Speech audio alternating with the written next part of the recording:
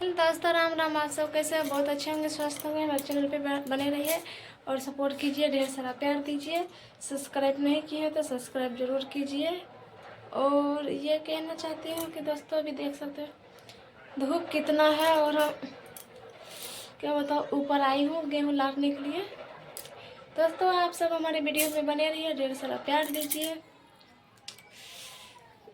दोस्तों आप ही बताइए कि इतना धूप है कि हम लोग को घरे बैठे इतना धूप लगता है ना, कुछ करने का मन नहीं है। जो आदमी बाहर में कमाते हैं बीवी बच्चों के लिए, माँ बाप के लिए, उसको कितना दुख होता होगा। दोस्तों आप सब देखिए, हमारे चैनल पे ऐसे बने रहिए और वीडियो अच्छा लगे तो शेयर कीजिए।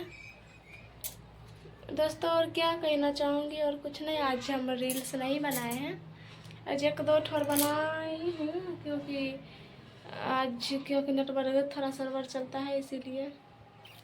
इसका मतलब नहीं है कि मोबाइल हम लिए तो मतलब पूरा दिन देखती हूँ, मतलब पूरा दिन नहीं, मतलब उतना टाइम भी नहीं, थोड़ा टाइम निकाल लेती हूँ वीडियो बनाने के लिए।